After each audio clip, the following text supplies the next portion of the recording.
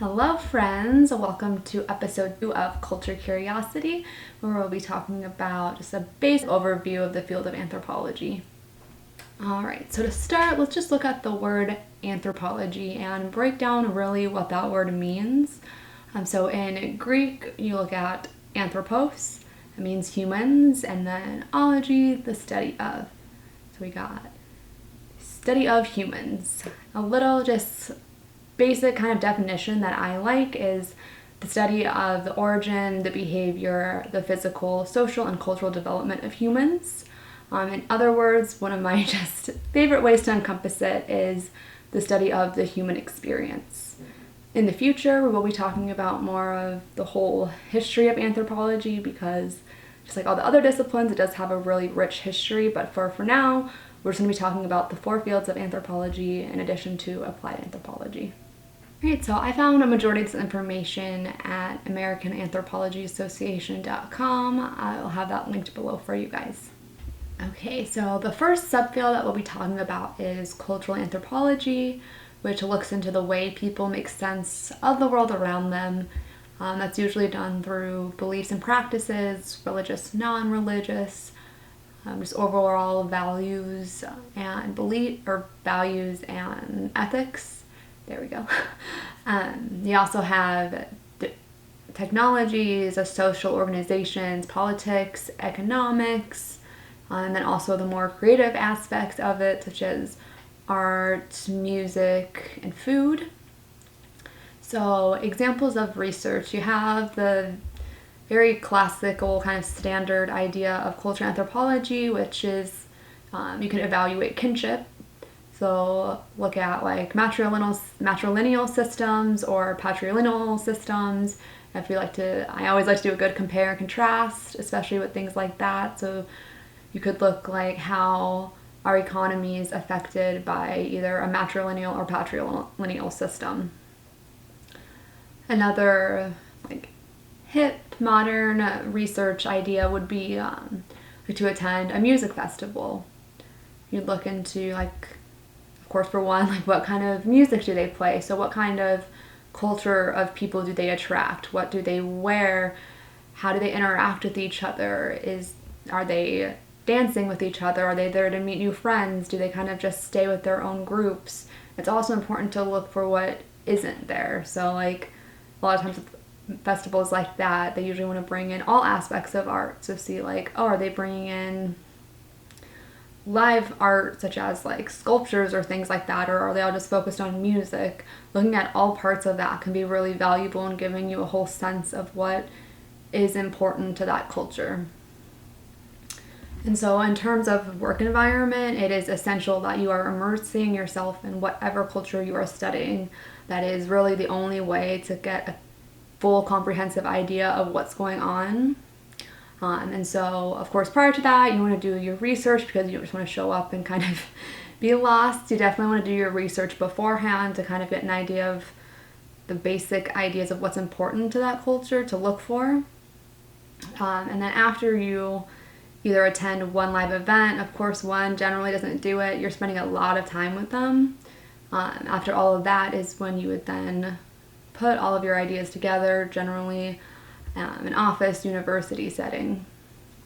And so research methods with this would be participant observation, interviews, not so much, but surveys could work. And so the whole idea then after that, and after you get all of your primarily qualitative data, is to then form an ethnographic research project or presentation. So in terms of research methods, the standard ones are, of course, participant observation, interviews, surveys, all things that are more qualitative data-based. And after you gather all of your data, the goal is to then put it all together into ethnographic research. Second area of study, which is linguistics. They look at the variety of ways people communicate and how it evolves over time. Areas that are researched are things such as language documentation, morphology, historical linguistics, syntax, phonology, phonetics, and pragmatics. So with this one, examples of research, one could be looking at the concept of time and how it influences the way people view the world around them. So in the Western world, we think in a very horizontal line that things are just continuously moving this way, events happen after the other, while some other cultures look at things happening in a more circular motion. And so it would be interesting to look at how that just affects the way that they view things differently. Another area like that I think could be interesting for research is researching endangered languages. So languages can become endangered through one major event or phenomenon of an event, such as war, natural disasters, or genocide. So like through massive death, a language can disappear. Another, and I would say more common and scary way that it happens is through globalization, imperialism, and neocolonialism. They slowly start to eliminate elements of culture that they believe are like lesser cultures in order to westernize them. And so with linguistics, the work environment is pretty similar to that of cultural anthropologists. You want to immerse yourself in the culture, and then after you form your ideas, or once you collect your data, is when you would go to an office, university setting to put it all together into a research paper. Once again, the research methods are pretty close to cultural. You want to do participant observation, interviews, surveys. This one does have a little bit more mix, or it could, of quantitative research if you wanted. Alright, so the third subfield, biological anthropology, looks into how the human body adapts to different environments, causes of disease and death, and the evolution of humans from other animals. So there are many subfields within biological anthropology, and they all share the common goal of understanding human biology and behavior through evolutionary theory. With that, areas that are researched are human biology, human remains, natural selection, behavioral ecology, evolution, anatomy, and especially non-human primates in terms of behavior, morphology, and genetics. With biological anthropology, so an example of research would be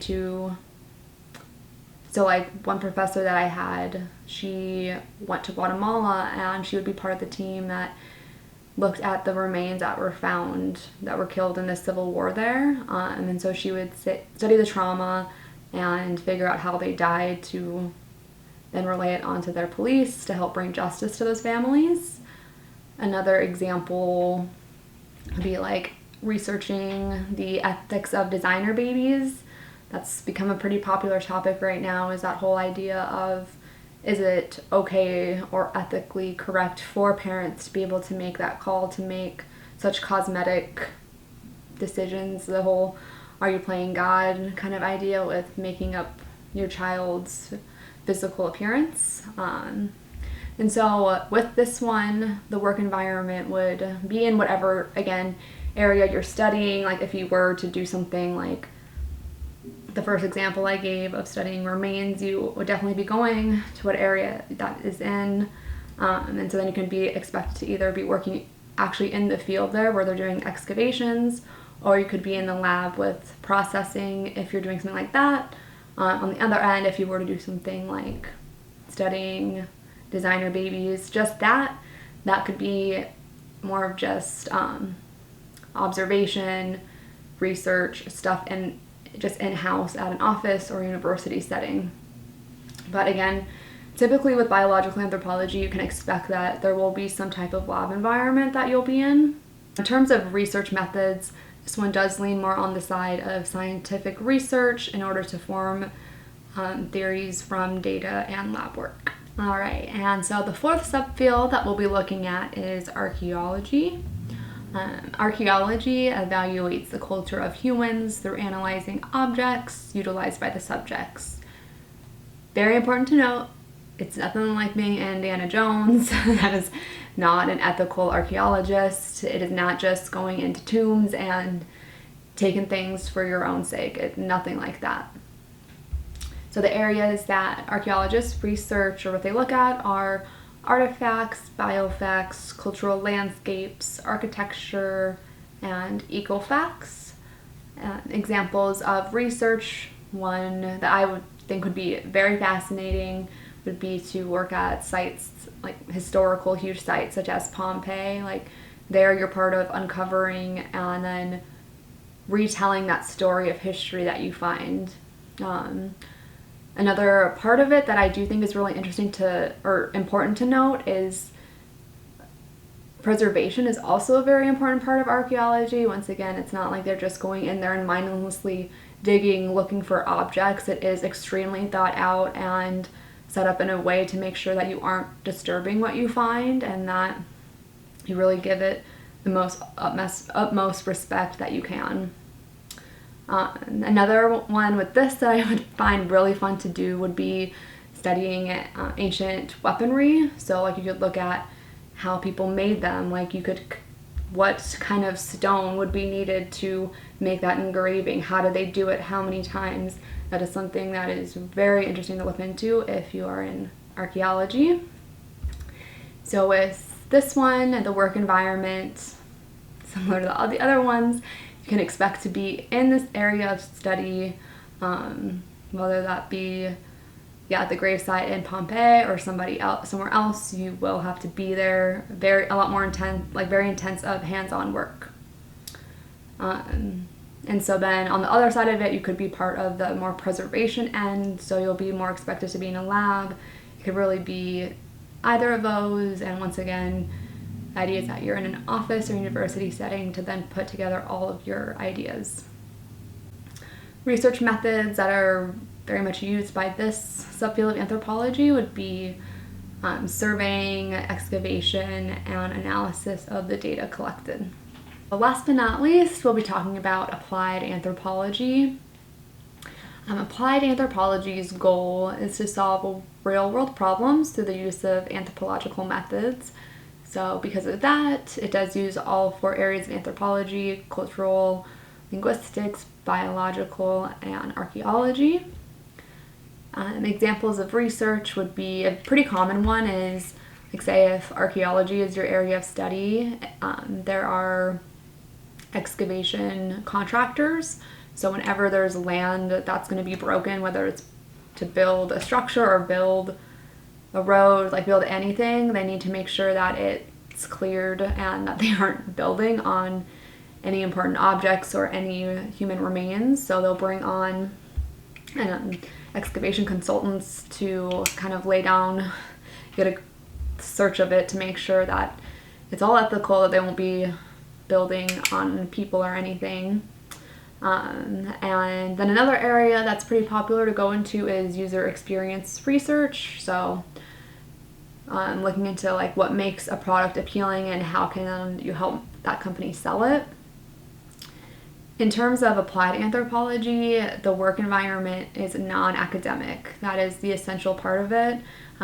You're typically working for governments, development agencies, NGOs, tribal and ethnic associations, advocacy groups, social service and education agencies, businesses. It's completely removed from the university setting compared to what I was talking about before. And so in terms of applied anthropology, research methods, pretty much would still be classical to the other 4. It would just be put to a different use. So again, you'll still be doing participant observation, surveys, focus groups are really big, interviews, archival research, anything to kind of help formulate an idea for whoever you are working for. All right, friends, so I hope that kind of helped give you a basic idea of what the 4 subfields of anthropology can offer, as well as applied anthropology. Next week for episode 3, the plan is to give that fuller explanation of the history of anthropology. And until then, have a good week. Can't wait to see you guys.